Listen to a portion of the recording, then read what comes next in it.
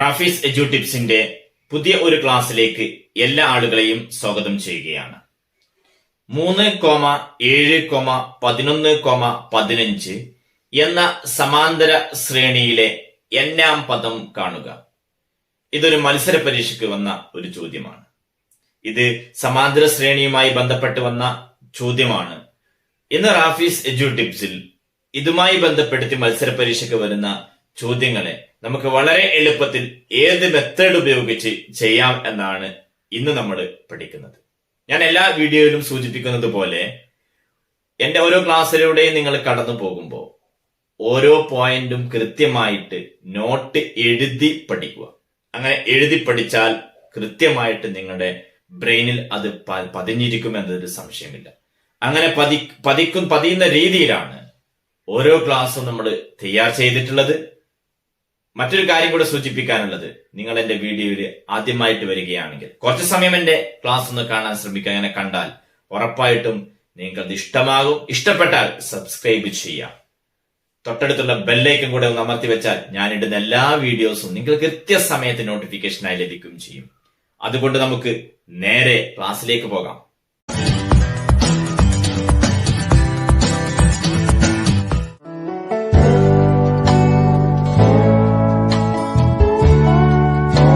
അടുത്തൊരു ചോദ്യം ഇതാണ്, ബോർഡിലേക്ക് ശ്രദ്ധിക്കാം.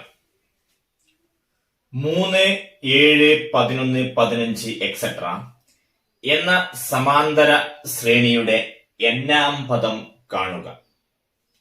Option A 4n+1, option B 4n+2, option C 4n-1, option D 4n-2. ഇതിലെ n ഒക്കെ കാണുമ്പോ n-ാം പദം എന്നൊക്കെ പറയുമ്പോ കൺഫ്യൂഷൻ വരാൻ സാധ്യതയുണ്ട്, ഒരു പ്രയാസം നമുക്ക് തോന്നിയേക്കാം. പക്ഷെ അത് വളരെ എളുപ്പത്തിൽ നമുക്ക് മനസ്സിലാക്കുകയും ചെയ്യുകയും ചെയ്യാം. നോക്കാം, നമുക്ക് ഇവിടെ n-ാം പദം കാണാനുള്ള മെത്തേഡ് എന്താണ്? അതായത് ആദ്യ പദം പ്ലസ് n-1 d ആണ് n-ാം പദം കാണാനുള്ള മെത്തേഡ്. a പ്ലസ് ഒന്നാം പദം ഇൻറ്റു n-1 d ആണ്. അങ്ങനെ വരുമ്പോ ഇവിടെ നമുക്ക് a എന്ന് പറയുന്നത് എത്രയാണ്? 3 ആണ്. അതായത് ഒന്നാം പദം 3 ആണ്. പ്ലസ് n നമുക്കറിയില്ല, അപ്പൊ അറിയാത്തത് കൊണ്ട് എന്ത് ചെയ്യാം? n-1 എന്ന് എഴുതുന്നു. ഇൻറ്റു d, പൊതുവ്യത്യാസം എത്രയാണ്? രണ്ടാമത്തെ പദം മൈനസ് ഒന്നാം പദം ഈസിക്കൽ നമുക്ക് എന്ത് കിട്ടും? 4 ആണ് അതിന്റെ പൊതുവ്യത്യാസം. അപ്പൊ ഇവിടെ പൊതുവ്യത്യാസം 4. ഇത് നമുക്ക് സോൾവ് ചെയ്താൽ ആൻസർ ആയി. അങ്ങനെ വരുമ്പോ 3 എഴുതുന്നു, പ്ലസ് ഈ n-നെ 4ലേക്ക് ഗുണിക്കുന്നു. n×4 = 4n. ഈ -1നെ 4ലേക്ക് ഗുണിക്കണം. -1 × 4 = -4.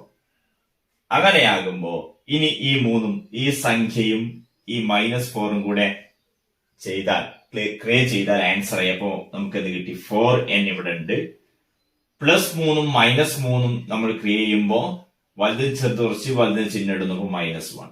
അപ്പൊ നമ്മുടെ ആൻസർ എന്ന് പറയുന്നത് എന്താണ്? 4n-1. ഓപ്ഷൻ സി ആണ് നമ്മുടെ ആൻസർ. ഏതാണ്? Option C. അടുത്തൊരു ചോദ്യം ഇതാണ്, ബോർഡിലേക്ക് ശ്രദ്ധിക്കുക. 14, 17, 20, 23, 26 എന്ന സമാന്തര ശ്രേണിയുടെ n-ാം പദം കാണുക. അപ്പോ ഇവിടെ n-ാം പദം കാണാനുള്ള മെത്തേഡ് എന്ന് പറയുന്നത് എന്താണ്? നമ്മൾ നേരത്തെ പറഞ്ഞതുപോലെ a പ്ലസ് n-1 d ആണ്.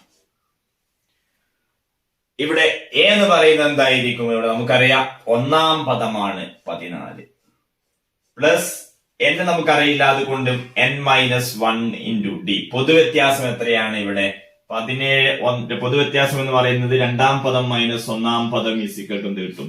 പൊതുവ്യത്യാസം നമുക്ക് കിട്ടും. അതെത്രയാണ്? 3 ആണ്. 14 പ്ലസ് 3 ആണ് 17. അപ്പൊ ഇവിടെ എന്ത് കിട്ടി? നമുക്ക് 3 എന്നുണ്ട് പൊതുവ്യത്യാസം. അപ്പൊ ഇവിടെ ഒന്നാം പദം എന്ന് പറയുന്നത് 14 ആണ്. ഈ n-നെ എന്ത് ചെയ്യാം? 3ലേക്ക് ഗുണിക്കുക. n×3 = 3n. 1×3 -1×3 -3. അങ്ങനെ വരുമ്പോ ഇവിടെ നമുക്ക് എന്ത് ചെയ്യാം? 3n. ഈ -3ഉം പ്ലസ് 14 നമുക്ക് ആഡ് ചെയ്യുമ്പോൾ നമുക്ക് എന്ത് കിട്ടി? വലിയ സംഖ്യ ചെറിയ സംഖ്യ കുറച്ചാൽ നമുക്ക് എന്ത് കിട്ടും? 11 കിട്ടും. വലിയ സംഖ്യയുടെ ചിഹ്നം 11. അപ്പൊ അതിന്റെ ആൻസർ എന്നാം പദം എന്ന് പറയുന്നത് എത്രയാണ്? 3n പ്ലസ് 11 ആണ്. 3n plus 11. ഓക്കെ, ഇങ്ങനെ ഒരു ചോദ്യം വന്നാൽ, അതായത് ഇങ്ങനെ ചോദ്യം വരാറുണ്ട്. ഒരു സമാന്തര ശ്രേണിയുടെ m-നാം പദം കാണാനുള്ള ബീജഗണിത രൂപം 3n പ്ലസ് 11 ആയാൽ അതിന്റെ പൊതുവ്യത്യാസം എത്ര? അങ്ങനെ വരുമ്പോ പൊതുവ്യത്യാസം എന്ന് പറയുന്നത് എന്ത് ചെയ്താൽ മതി? നമുക്കിവിടെ പൊതുവ്യത്യാസം 3 കിട്ടിയത്. അപ്പോ ഈ n-ന്റെ അടുത്തുള്ള സംഖ്യ എടുത്ത് എഴുതിയാൽ പൊതുവ്യത്യാസമായി. നമുക്ക് അടുത്തൊരു ചോദ്യത്തിൽ ചെയ്യാം. ഓക്കെ, അടുത്തൊരു ചോദ്യം ഇതാണ്. ബോർഡിലേക്ക് ശ്രദ്ധിക്കുക. ഒരു സമാന്തര ശ്രേണിയിലെ n-നാം പദം 5n-2 ആയാൽ 12-ാം പദം ഏത്? Option A 58, option B 60, option C 62, option D 45. ഇങ്ങനെയാണ് ആ ചോദ്യം. അങ്ങനെ വരുമ്പോൾ നമുക്ക് ഇതിന്റെ ആൻസർ എങ്ങനെ നമുക്ക് വളരെ എളുപ്പത്തിൽ കണ്ടെത്താം എന്ന് പഠിക്കാം. അതായത് n-നാം പദം, ഒരു സമാന്തര ശ്രേണിയുടെ n-നാം പദം 5n-2 ആയാൽ 12-ാം പദം ഏത് എന്ന്. അങ്ങനെ ഒരു ചോദ്യം വന്നാൽ tn, അതായത് n-നാം പദം, അങ്ങനെ ആകുമ്പോ 12-ാം പദം t12 എത്ര എന്നാണ് ചോദ്യം. 12-ാം പദം. അങ്ങനെ വരുമ്പോ ഇവിടെ എളുപ്പത്തിൽ നമുക്ക് ചെയ്യാം. ഈ n-ന്റെ സ്ഥാനത്ത് 12 കൊടുത്താൽ നമ്മുടെ ആൻസർ ആയി. അപ്പോ 5 × 12 - 2. അങ്ങനെ വരുമ്പോ നമുക്ക് ആൻസർ എന്ത് കിട്ടും? 12 × 5, 5 10, 5 10 എത്രയാ? 10 × 5 50, 2 5 10, 60. അങ്ങനെ വരുമ്പോ 60 - 2 ഈക്വൽ നമുക്ക് എന്ത് കിട്ടി? 58 ആണ് അതിന്റെ ആൻസർ. Option A. ബോർഡിലേക്ക് ശ്രദ്ധിക്കുക. അടുത്തൊരു ചോദ്യം ഇതാണ്. ഒരു സമാന്തര ശ്രേണിയിലെ n-നാം പദം കാണാനുള്ള ബീജഗണിത രൂപം 4n+4 ആയാൽ 9-ാം പദം ഏത്? അങ്ങനെ വരുമ്പോ ഇവിടെ ശ്രദ്ധിക്കേണ്ട കാര്യം, n-നാം പദം എത്രയാണ്? 4n+4 ആണ്. അതായത് n-നാം പദം. അതന്നെയാണ് n-നാം പദം കാണാനുള്ള ബീജഗണിത രൂപം എന്ന് പറയുന്നത്. അപ്പൊ n-നാം പദം എന്ന് പറയുന്നത് 4n+4 ആണ്. എങ്കിൽ 9-ാമത്തെ പദം ഏത് എന്ന്. അങ്ങനെ വരുമ്പോ 9-ാമത്തെ പദം കണ്ടെത്താൻ വളരെ എളുപ്പത്തിൽ എന്ത് ചെയ്താൽ മതി? ഈ 4 ഈ n-ന് എന്ത് ചെയ്താൽ 9 എന്ന വാല്യൂ കൊടുക്കുക. പ്ലസ് 9-ാം പദം ആവുമ്പോ 9 എന്ന വാല്യൂ കൊടുക്കുന്നു. പ്ലസ് 4 ചെയ്താൽ നമ്മുടെ ആൻസർ വളരെ എളുപ്പത്തിൽ നമുക്ക് കിട്ടും. അങ്ങനെ ആകുമ്പോ ഇവിടെ 4 × 9 എത്രയാണ്? 36. 4 9 36 പ്ലസ് 4 ഈക്വൽ ടു 40 എന്ന ആൻസർ വളരെ സിമ്പിളായി നമുക്ക് ലഭിക്കും. റാഫീസ് എഡ്യു ടിപ്സിന്റെ സമാന്തര ശ്രേണിയുമായി ബന്ധപ്പെട്ട ഈ ക്ലാസ് ഇവിടെ പൂർണ്ണമാവുകയാണ്. സമാന്തര ശ്രേണിയിലെ മറ്റുള്ള ടൈപ്പ് ചോദ്യങ്ങളെ മറ്റു വീഡിയോകളിൽ വളരെ എളുപ്പത്തിൽ കാണാം എന്ന ശുഭാപ്തി വിശ്വാസത്തോടെ ഈ വീഡിയോയുടെ പൂർണ്ണമാവുകയാണ്.